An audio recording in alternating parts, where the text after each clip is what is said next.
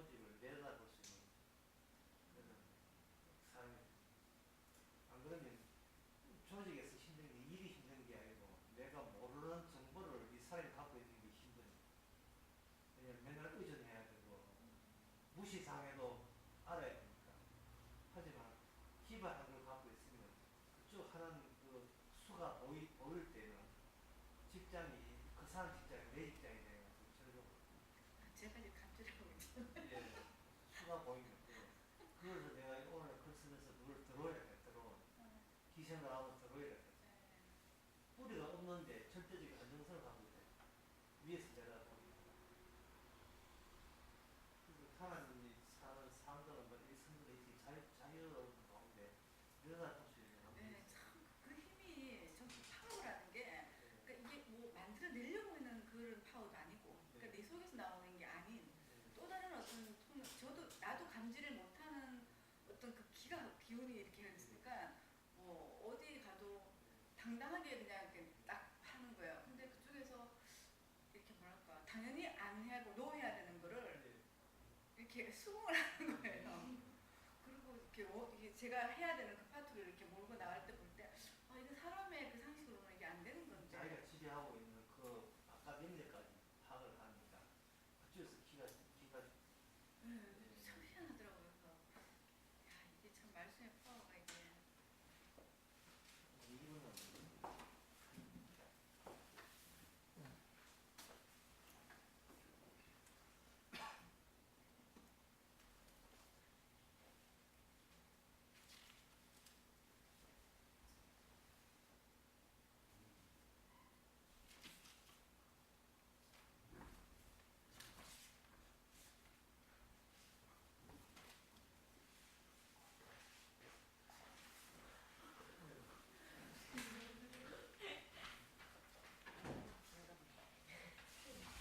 니도 같이 따라 니까 그랬으면 좋겠네요. 이게 안에서 돈 많이 벌 진짜 많이 벌어요.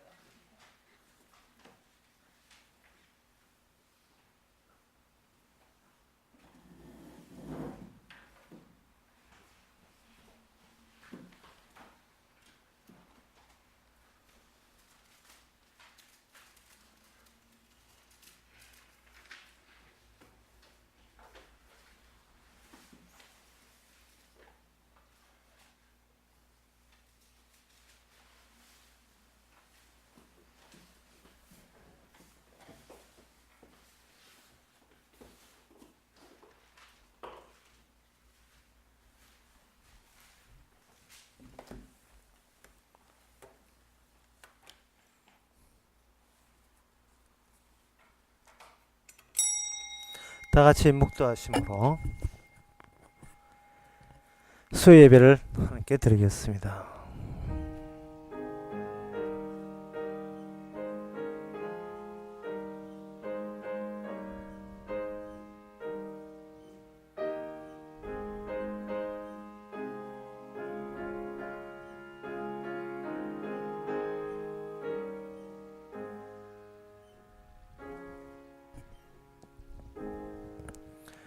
하나님은 많은 물소리와 바다의 큰 파도보다 위대하시니다. 여호와여 주의 전거하심이 확실하고 거룩함이 주의 집에 합당하여 영구하리로다.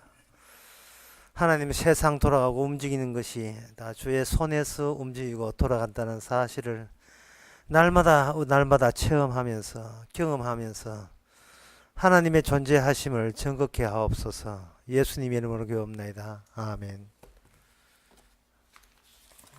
찬송가 456장 합시다.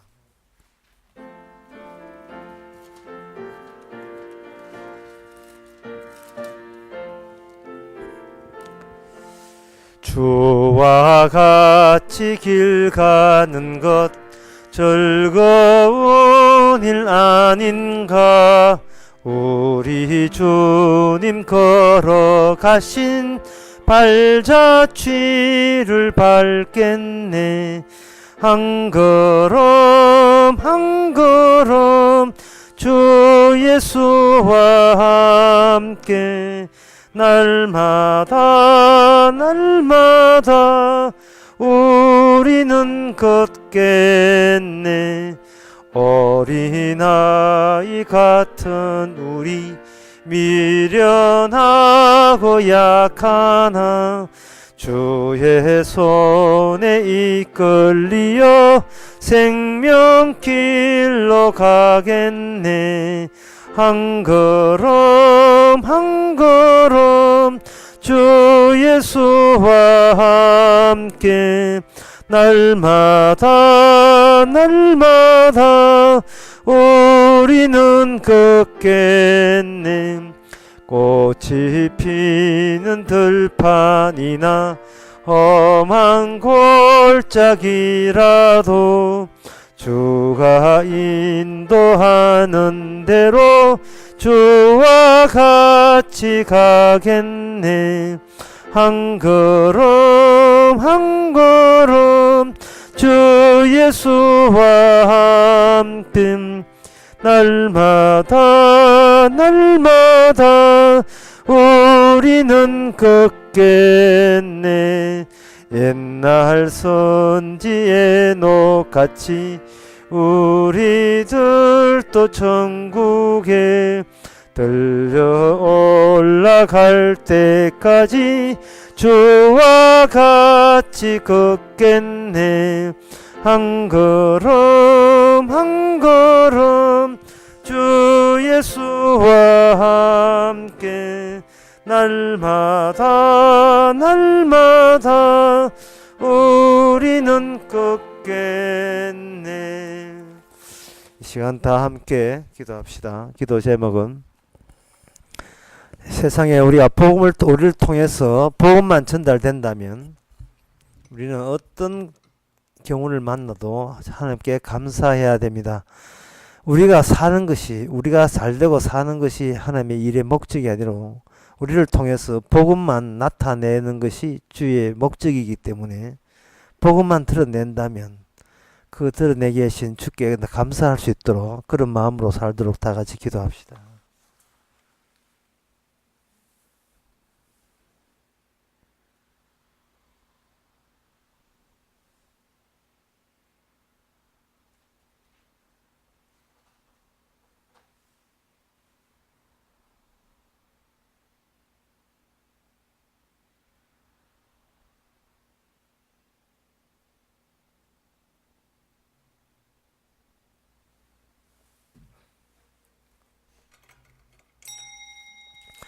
하나님 아버지, 내가 잘되고 내가 행복하면 그것이 나의 모든 목적이 된 채 살아왔던 저희들. 그러나 성령 받은 선지자와 사도들과 주님은 그렇게 살지 않았다는 사실을 우리가 성경에서 찾게 됩니다. 사나 좋으나 주의 것이고 주의 목적에 부합되도록 주께서 마음껏 서실 수 있도록 우리 자신의 목적과 목표를 꺾을 수 있도록 꺾이도록 주께서 그렇게 조치해 주시옵소서. 예수님의 이름으로 기도합나이다. 아멘.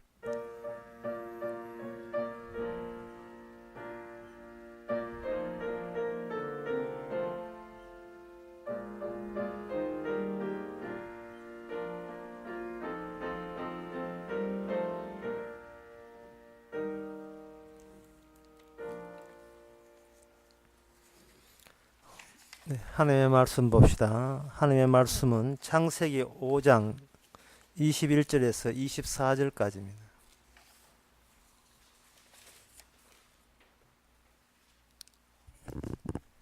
제가 읽습니다.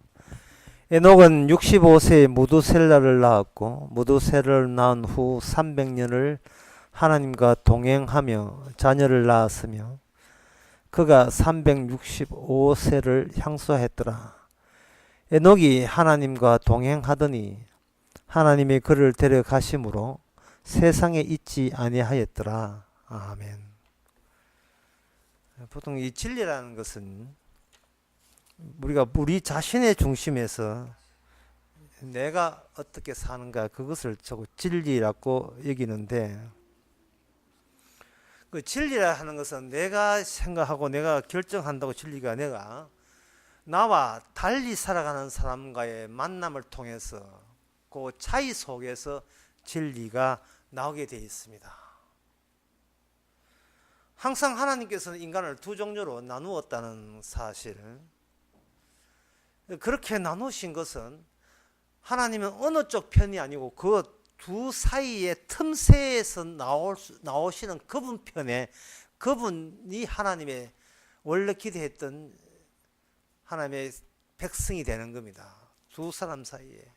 그 진리라는 것은 서로 다른 쪽이 서로 내 쪽이 진리라고 우기는데 두 쪽을 나누어 놓고 그 두 쪽 사이에서 그 대립된 사이에서 진리가 나오면서 그 진리의 자녀, 빛의 자녀로서 새롭게 등장하는 분들이 나올 겁니다. 그분이 이제 물론 예수님이시죠. 예수님이시고 그 예수님에 속한 자들도 그 틈 사이에서 나오게 되어 있습니다.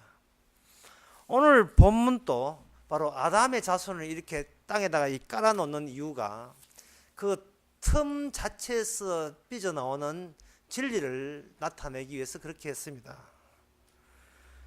그 틈이 뭐냐 하면은 바로 그 앞에 읽지는 않았습니다만은 그 아담의 자손들이 나오는데 그 아담의 자손들 가운데 제일 7번째 자손, 그게 에녹입니다.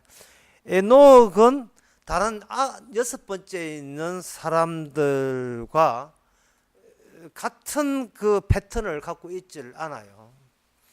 에녹은 65세에 무드셀을 낳았고 무드셀을 낳은 후에 300년을 하나님과 동행하며 그 자녀를 낳았으며 그가 365세를 장수하고 그 다음에 향수하고 죽었더라 이렇게 돼야 되거든요. 그 앞에 있는 패턴들 하면 향수하고 죽었더라 이렇게 되는데 그 죽었더라의 그 항목이 뭐로 바뀌냐 하면은 에녹이 하나님과 동행하더니 하나님이 그를 데려가심으로 세상에 있지 아니하였더라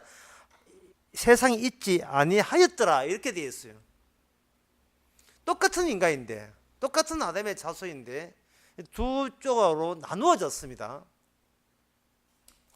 하나는 그냥 죽었더라가 되고 하나는 하나님과 에녹이 하나님과 동행했더니 세상에 있지 아니하였더라 이렇게 되어 있어요. 성경에. 그러면 우리가 여기서 한번 생각해 봐야 돼요. 세상에 있지 아니한 것이 이 에녹의 소원이었을까 하는 겁니다. 에녹의 소원은 죽지 않고 오래 사는 것이 소원일 수가 있어요. 이거는 누구나 그런 희망이 있습니다. 안 죽었으면 좋겠다. 다른 말로 하면 안 아팠으면 좋겠다. 다른 말로 하면 뭐 주름살 끼지 않았으면 좋겠다. 다른 말로 하면 20대로 늘 유지했으면 청춘이 늘 유지했으면 좋겠다. 그런 생각이죠. 청춘을 돌려달라 막 그런 이야기죠. 에녹은 이 땅에서 오래오래 살고 싶어요. 그건 누구나 다 갖고 있다 이 말이죠. 그런데 하나님께서 에녹과 동행하면서 에녹의 소원대로 오래오래 사는 걸 허락하지 않고 이 세상에 있지 아니했다고 했어요. 이 세상 자체를 떠나게 했습니다. 그렇다면 에녹은 아무리 하나님과 동행해도 에녹은 이 세상 사람이에요. 이 에녹과 그 앞에 있는 아담부터 포함해서 6명의 선조가 공통점이 있다면 모두 다 이 세상 사람이라는 겁니다. 이 세상 사람. 이 세상 사람의 점에서 이 세상 삶에서 오래 살고 싶다, 뭐 안 죽고 싶다, 각가지 견해가 나올 수 있지만 에녹이 다른 사람들과 차이 나는 사람은 그것은 이 세상에 있지 아니했다는 거예요. 이거는 본인의 의사가 아닙니다.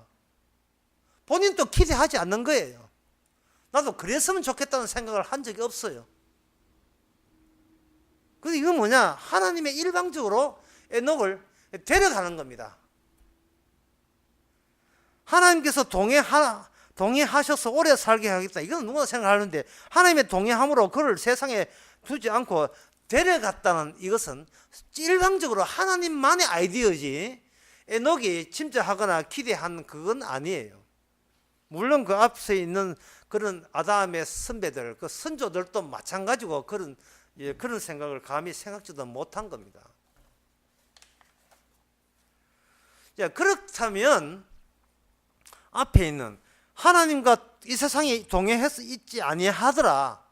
얘 반대 말이 뭐냐 하면은 바로 그 뭐 멀리 갈 것 없이 7절에 봅시다. 그가 895세를 향수하고 죽었더라. 그래서 우리가 아는 것은 우리가 보통 상식에서 이 세상에는 살았더라 하는 것은 숨 쉬는 것을 살았더라 하고 숨이 끊어지는 것을 죽었더라 하는 겁니다. 그거 죽었더라예요. 우리가 알고 있는 거. 우리가 익히 알고 있는 거.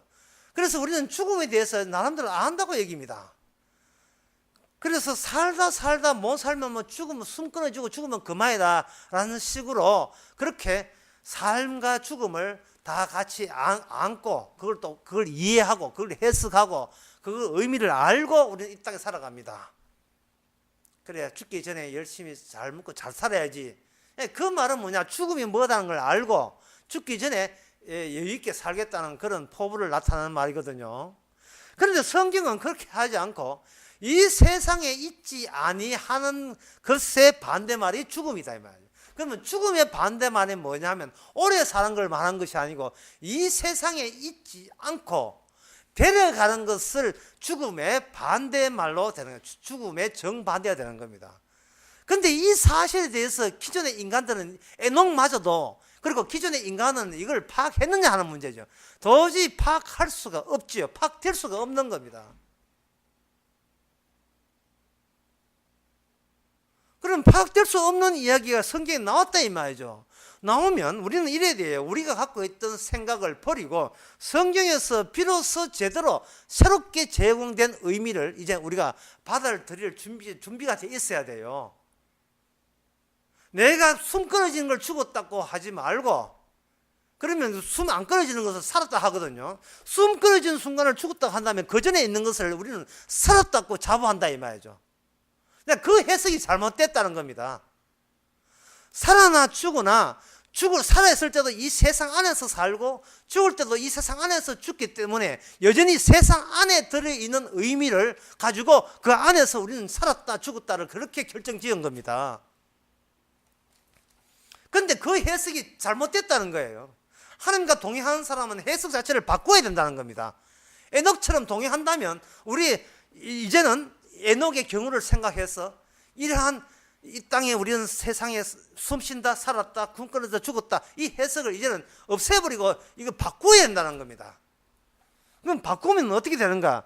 하나님께서 그를 데려가심으로 세상에 있지 아니했다 했으니까 이 말은 뭐냐? 결국 나온 뭐냐?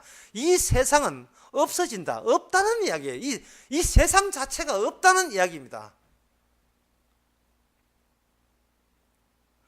인간들은 세상에 있는 것처럼 보이지만 그거는 본인들이 세상에 살고 있으니까 내가 여기 있으니까 나를 포함해서 여기 있는 것들이 있다. 있는 걸 뭐라고 하느냐? 그냥 세상이라고 하자. 현실이라고 하자. 그 세상은 있다. 현실은 있다. 그렇게 규정을 지은 겁니다. 이제는 그 규정을 하나님께서 바꾸시려고 하는 거예요. 세상에 없다라는 규정으로 새로운 의미가 속에 들어버리면 이 세상은 곧 없어질 세상이라고 정리해야 이게 옳다는 이야기예요. 사라질 세상입니다.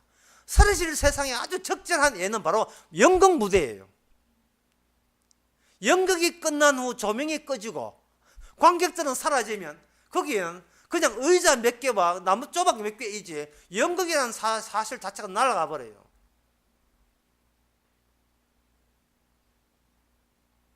배우들도 다 퇴장하고 퇴근하고 없으니까 아무것도 없어요.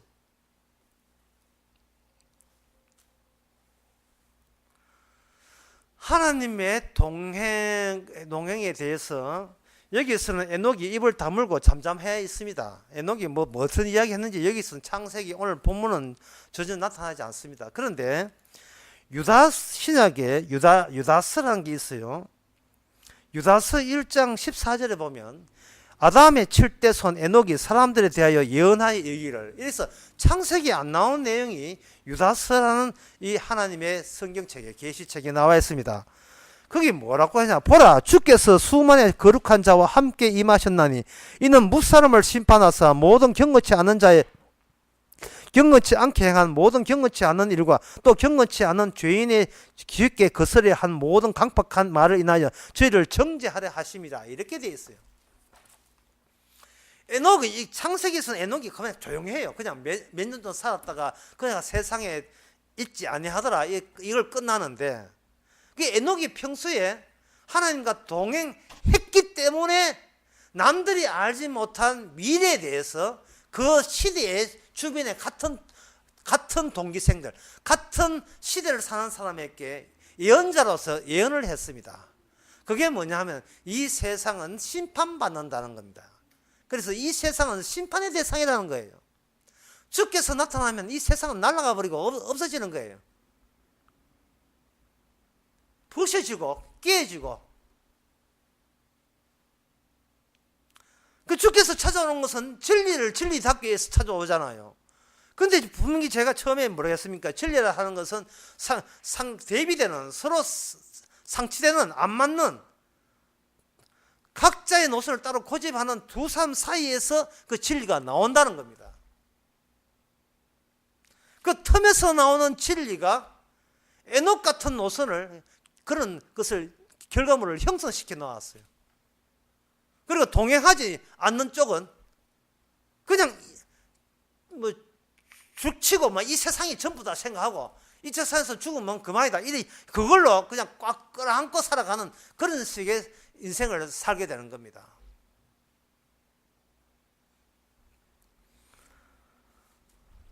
자, 이제부터 우리가 좀 이거 난해한 논리에 이제 접어 들어가야 되는데요.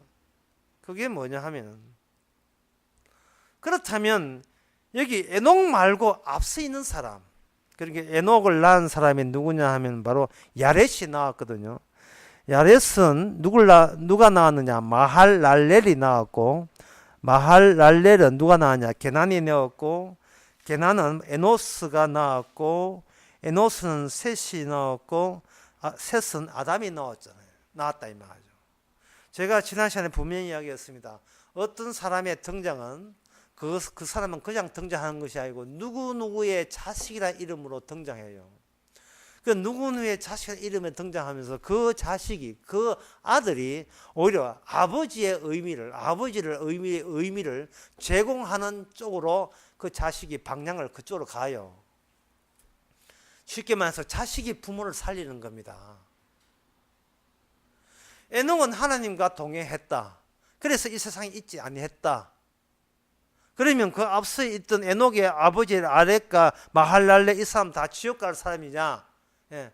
이 사람은 그 천국 가지 말고 지옥에 갈 사람이냐? 왜? 이 사람들은 그냥 죽었더라를 연발했기 때문에 그런 거냐라고 이야기할 때 그거는 아니에요. 왜냐하면 그들 내재 안에 이미 에녹이 씨앗으로 들어있었기 때문에 그렇습니다. 그걸 마치 안테나 뽑아도 안테나 접다가 넓히면 안테나가 쪽쪽 속에 있는 안테나 그것이 계속 속에서 바깥에 나오듯이 셀카 이렇게 찍을 때 해놓고 쫙 접잖아요. 접으면 쫙 접히잖아요. 중첩되어 있는 그 자식들과 자식들이 자식을 놓고 자식이 자식을 놓는 그 쭉쭉 앞에 저 칠대손에게 바로 세상이 있지 아니하더라. 하나님과 동행했더라. 세상이 있지 아니하더라. 이 세상 자체가 없는 세상이더라를 선포하고 예언하는 그러한 자식이 태어났다면 그 자식에 낳게 된 그러한 요인들이 이미 아담 안부터 7대손까지 계속 이렇게 흘러내려오고 있었던 거예요.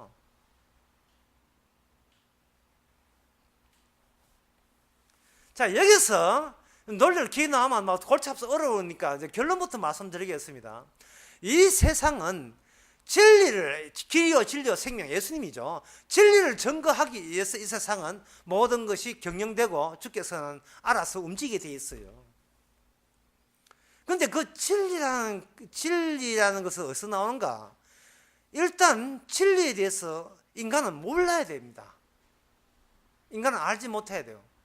인간이 예상하고 인간이 기대하는 것은 그것은 그 인간들이 세상이라는 곳에 갇혀 있는 입장이기 때문에 세상에 갇혀있는 인간들은 전혀 내가 왜 사는지 왜 죽는지 그 의미를 몰라야 돼요. 그러면 그 의미는 뭐냐? 세상 바깥에서 세상을 향하여 새롭게 의미를 공유해야 되고 제공돼야 되는 겁니다.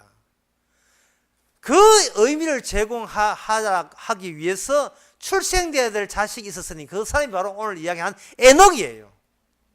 에녹은 세상에 있지 아니했다는 것을 통해서 세상에 있는 인간들은 하나님의 동행의 혜택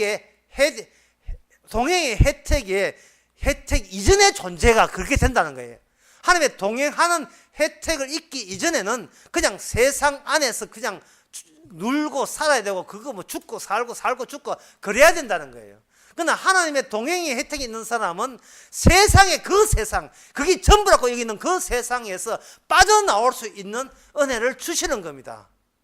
그런데 그 은혜가 바로 아담의 자손에 내재적으로 흘러와서 그리고 7대 손에서 드디어 에녹의 모습이 등장했다는 것은 이 말은 뭐냐? 이건 의미를 해석할 때 거꾸로 에녹부터 시작해서 아담 쪽으로 해석을 거꾸로 내려서 해석을 해줘야 된다는 겁니다. 그렇게 되면 뭐냐? 그들의 삶, 그들의 모든 자식 놓고 죽는 것은 하나님이 이미 정해놓은 규정한 원칙에 맞춰 나가는 패턴으로서 살아가야 되는 거예요.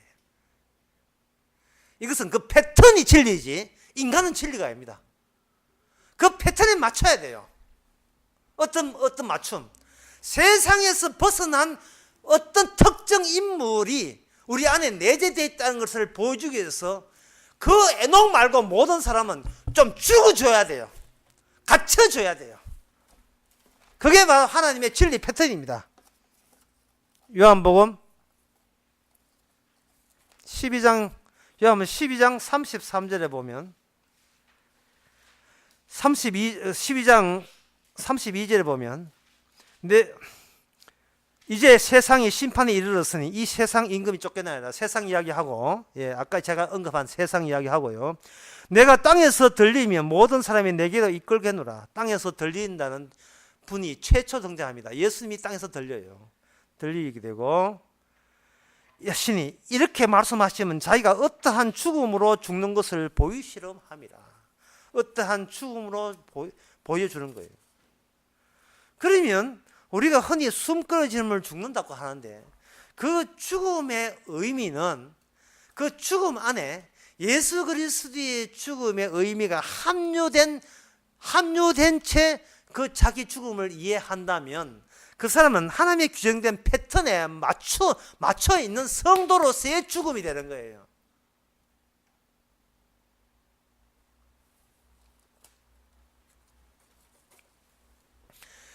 에녹 같은 위치가 예수님입니다.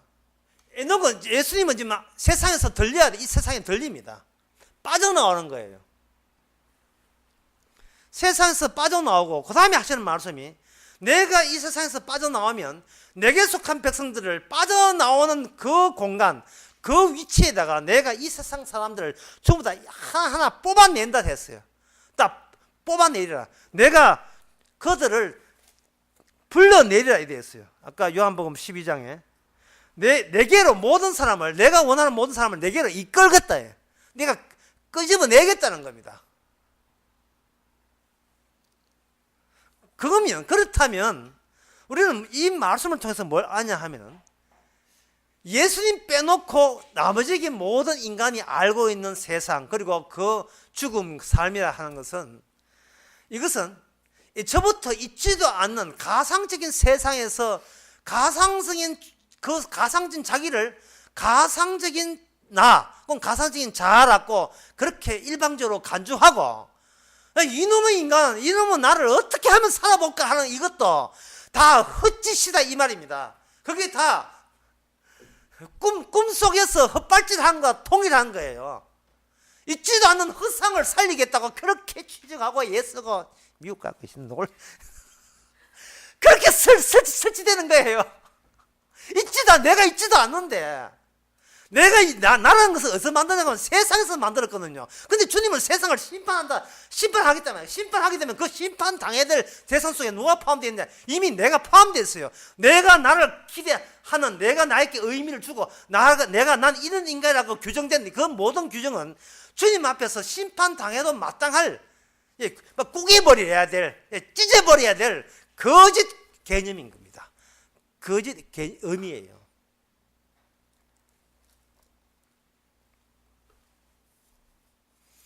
주님께서는 에녹이 오기 전에 한번 상상해 봅시다. 에녹이 오기 전에 그 야레까지를 봅시다. 그럼 야레 이 사람들은 야레까지 아담에서 에녹 아주 오지 않았습니다. 야레까지 딱 오게 되면 그들은 조상에게 들었던 거, 배웠던 거, 그리고 같이 세상 살면서 느꼈던 정보들이 있을 거예요. 인생은 무엇이냐? 인생 그냥 살다가 자식 놓고 죽으면 그만이다. 그런 것이 계속 반복해서 위에서부터 과거로부터 흘러와서 그게 인생이야. 그게 바로 인간이야. 그래 인간은 그것뿐이야. 라고 분명히 그들은 그게 정답이라고 진리라고 했을 거예요. 그러나 진리라는 것은 너무나 차이나는 예상도 못한 다른 어떤 존재의 출현과 맞닥뜨리면서 거기서 진리가 나오는 겁니다. 에녹은 진리가 아니에요. 하나님의 동행이 진리란 말이죠.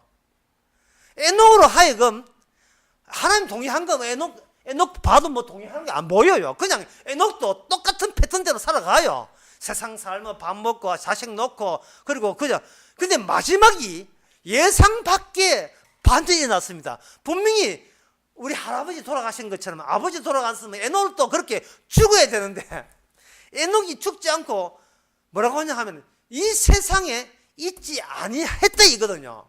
그렇다면 에녹이 이 세상에 있지 않고 하나님께 데려갔다면 그동안 이 세상 안에서 살던 우리는 통째로 뭐냐면 통째로 가짜예요. 가짜. 통째로 가짜인 겁니다. 인간도 아니에요. 사람도 물론 아니고. 사람도 인간도 아닌데 삶이라는 것도 없고 인생이라는 것도 없어요. 제가 이래야 하면 그러면 목사님 그러면 그럴 것 같으면 이 자살하지 왜 삽니까? 왜 삽니까? 왜 삽니까? 하는데 바로 그것 때문에 성경이 있는 거예요. 왜 사느냐 하면 앞서 나중에 올 에녹을 미리 앞당겨 보여주기 위해서 야렛이 있고 아담이 있는 거예요. 우리가 여기 있는 것은 아무것도 아닌 존재가 있는 것은 주님만이 진리인 것을 증거하기 위해서 우리는 아무것도 아닌 존재로 자각하면서 살아라 이 말입니다. 이 땅에서. 예수님이 끌어오겠다는데 내가 예수님 쪽에서 쫓아갈 필요는 없지 않습니까? 주께서 이끌겠다는데 우리가 바르게 살아야 되지 않습니까? 한데 바르게 살지 마시면 막 사세요. 왜냐하면 막 사는 것도 에녹 우리 보기에는 막 사는 게 의미가 없지만 우리가 막 사는 것도 에녹의 입장에서는 막 의미가 제공된 하나님의 해석이 되는 거예요. 에녹과 동행한 하나님의 해석이 에녹 이전에 아담부터 에녹까지의 인생 과정이었습니다. 자식 놓고 죽는 거 허무하냐? 그게 우리들한테는 허무해요. 사적으로서는 개인적으로 허무해요. 그런데 주님께서는 전혀 허무하지 않고 그래야만 되는 거예요. 그 패턴에 맞아야 되는 겁니다. 어떤 행동 하나 자식 하나 놓고 어떻게 오래 살고 하는 거 하나 무의미한 게 하나도 없어요. 왜냐하면 우리의 인생이라는 것은 예수님이 내린 해석 그 자체이기 때문에 해석이기 때문에 그렇습니다. 그런데 우리의 오류는 뭐냐? 내 인생을 내가 해석하는 게 오류입니다. 이만큼 살았다. 나 어땠습니까? 나 요만큼 했는데 어땠습니까? 이렇게 착각했는데 어떻습니까? 우리는 우리 나름대로의 해석을 내놓게 되게 되면 그것은 단절입니다. 그 단절을 뭐라고 하느냐? 그 단절을 에녹의 입장에서 주님의 입장에서 그걸 죽음이라고 해요. 죽음.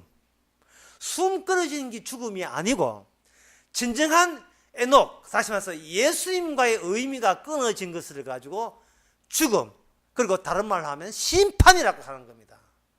하나님께서 에녹을 하나님과 이 세상을 데려감으로 말미암아 에녹이 살았던 그 세상 자체를 심판하신다고 하십니다.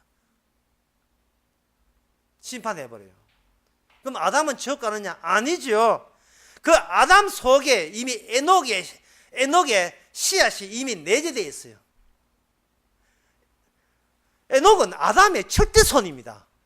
그러니까 아담 안에 이미 에녹이 들어있어요. 세상의 모든 인간들이 다 아담 안에 들어있습니다. 로마서 5장에 있는 이야기입니다.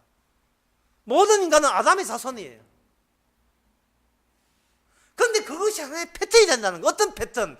모든 성도가 예수님 안에서의 하나의 이미 의롭게 된다는 로마서 5장에 의하면 아담 안에서 모든 것이 죄인 된 것처럼 하나의 패턴이거든요. 마찬가지로 예수님 안에 있는 자는 그 사람이 어떤 막 살고 어떤 짓을 했던 예수 안에 있는 자는 이미 의가 되는 것. 하나님의 의이 되는 겁니다. 이게 바로 진리예요. 이게 바로 복음이고.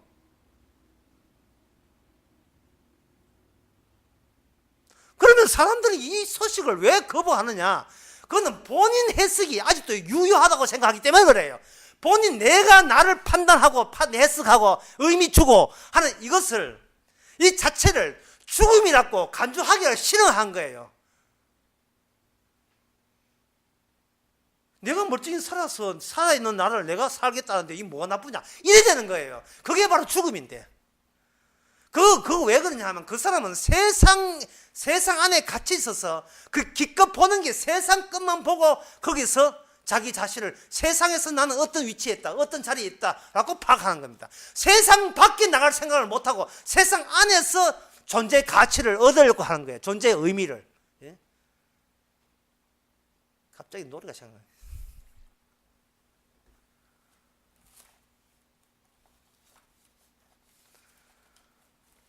자,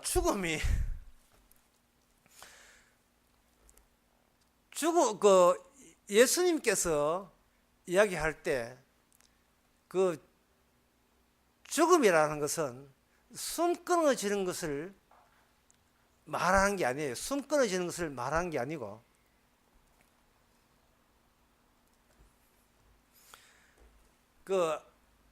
이 세상 바깥에서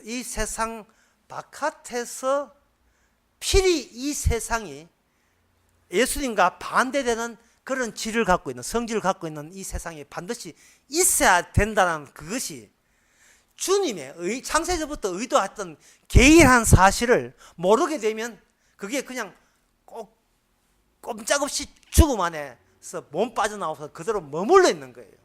그 한 예가 바로 그 골로새서 3장에 나온 말씀인데 골로새 3장을 제가 읽어보겠습니다. 그러므로 너희가 그리스도와 함께 다시 살리심을 받았으면 위의 것을 찾으라. 거기서 그리스도께서 하나님 우편에 앉아 계시느니라. 위의 것을 생각하고 땅의 것을 생각지 말라. 그 다음에 나오는 말씀이 어려워요. 이는 너희가 죽었고라고. 너희가 이미 죽었다는 거예요. 지금 펄펄 살아있어. 지금 설교하는데 죽었다는 거예요. 너희는 이미 죽었고 너희 생명이 그리스도와 함께 안에 하나님 앞에 감추어졌느니라고 되어 있어요. 한국 이야기해봐도 이해 안 되는데 아주 알기 쉽게 이야기하겠습니다.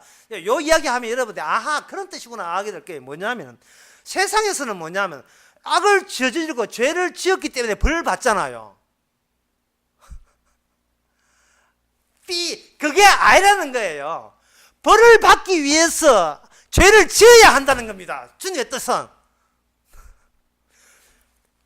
왜 복음을 안 받아들이고 왜 그 주님을 안 믿느냐 하면 그쪽과 친해야 돼요. 주님 소식 온도에 친해져야 돼요. 왜? 그 사람 벌 받기 위해서는 이쪽에 오면 안 돼. 그쪽으로 가야 돼요. 복음 없는 곳으로 가야 돼요.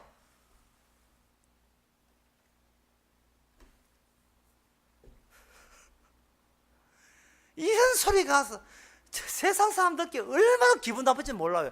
이 이야기를 누가 했느냐 하면 예수님이 그 당시 사람들을 했거든요. 예수님이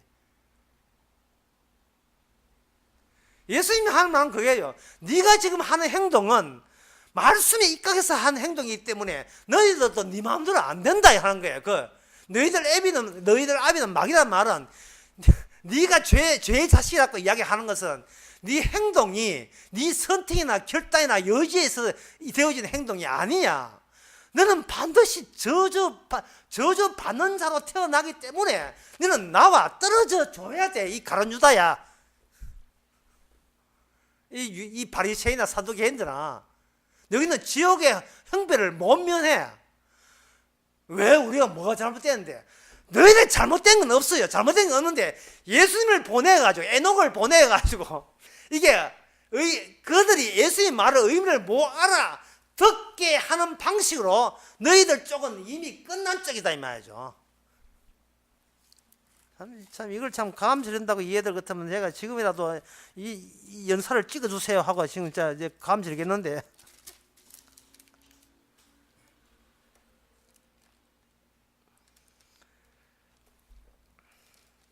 여기 요한복음 15장 24절에 보면 내가 아무도 못할 일을 저희 중에 행하지 아니하였다면 저희가 죄가 없으려니와. 제가 설명하면 너희들은 그냥 가만히 있으면 죄가 없어요. 없는데 너희들이 이해 못할 일을 이 예수가 함으로써 비로소 너희들은 내가 오기 전에는 죄가 없었는데 내가 옴으로 이미 죄가 생겨버렸다 이 말입니다. 그런데 세상 사람들은 뭐냐? 자꾸 행동을 조심하려고 하고 경건하려고 하고 거룩하게 살라 해요. 그러나 주님 보시기에는 뭐냐면 그렇게 거룩하고 경건하겠다는 그 모든 취지와 그 규정된 의미가 어디서 나왔느냐? 바로 나를 안 죽이려고 하는 시도에서 그렇게 나온 거예요. 이 몸 이 땅에는 죽지만 천국 가서 오래 살겠다, 천국 가서 영화 보겠다, 그런 노림수 때문에 그런 짓을 한다는 거예요. 근데 그 자체가 죽음이라는 겁니다. 그 자체, 그런 발상 자체가, 아이디어 자체가 죽음이라는 거예요. 그게.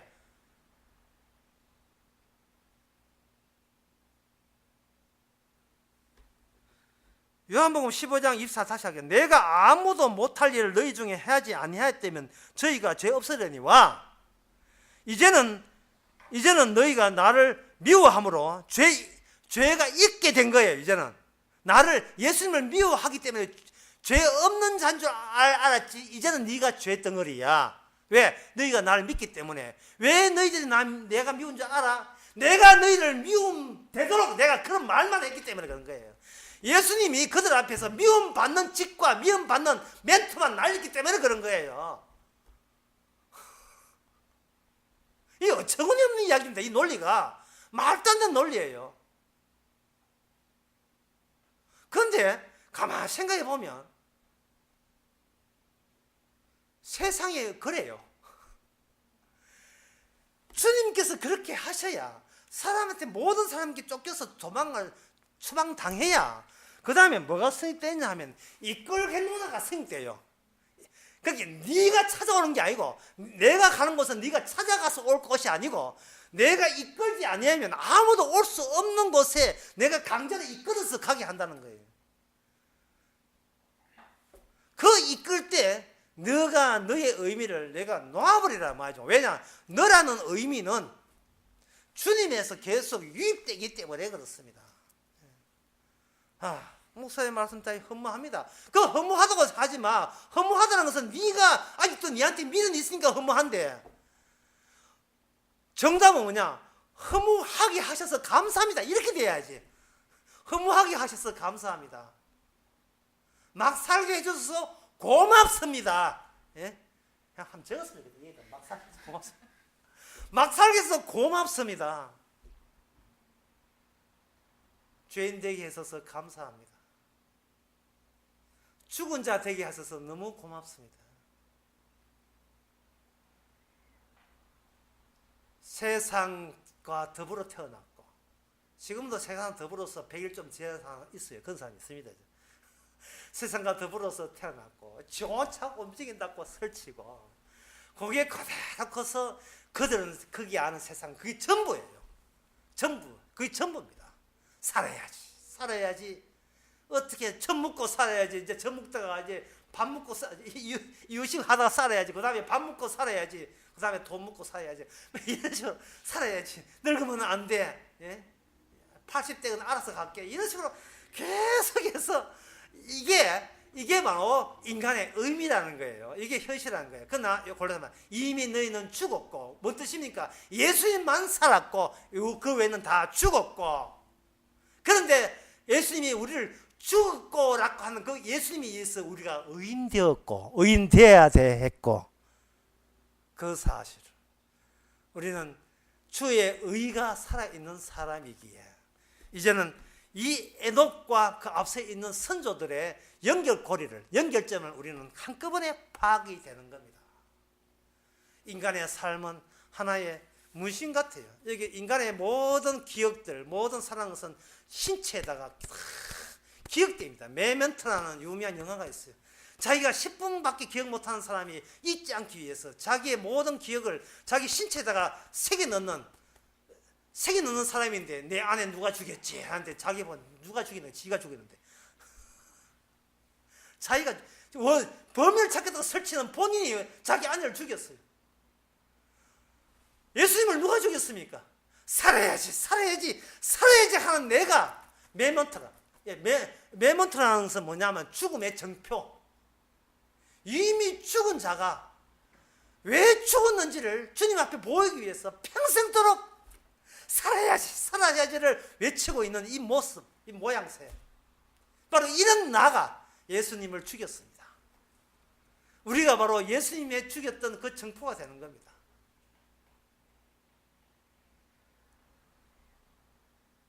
에녹은 바로 죽음을 보지 않고 죽게 데려가면 말미암아 에녹 빼놓고 전부, 에녹 빼놓고 전부.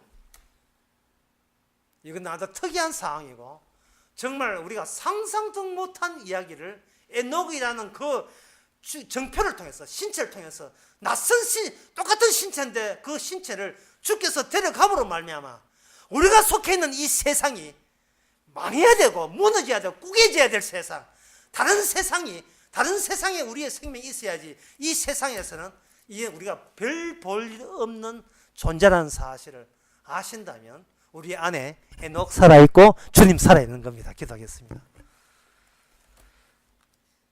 하나님 아버지, 주께서 에녹을 데려가심으로, 동행하심으로 하나님의 이 세상 나타나는 방식에 대해서 우리가 새롭게 알게 되었습니다. 똑같은 삶이고 별 다를 것 없는 인생인데 세상 자체를 부정하는 쪽으로 저희들을 몰고 가시니 우리가 바로 에녹인 것을 다시 한번 감사합니다. 주님 계신 곳에 우리의 생명이 이미 가 있으니 이 세상 목숨에 연연하지 않게 하옵소서. 예수님의 이름으로 기도합나이다. 아멘. 찬송가 171장 합시다.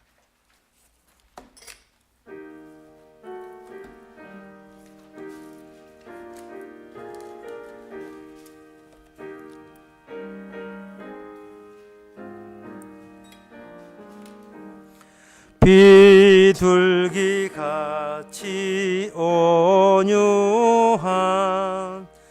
은혜의 성령 오셔서 거친 맘 어루만지사 위로와 평화 주소서. 진리의 빛을 비추사 주의 길 바로 걸으며 주님을 옆에 모시고 경건히 살게 하소서.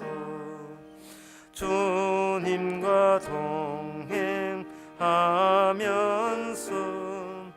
거룩한 길로 행하며 진리의 예수 붙잡고 길 잃지 않게 하소서.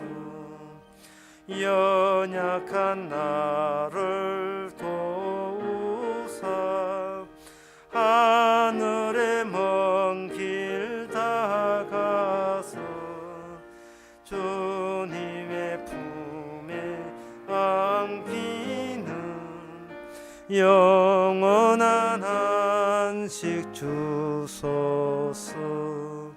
아멘. 기도합시다.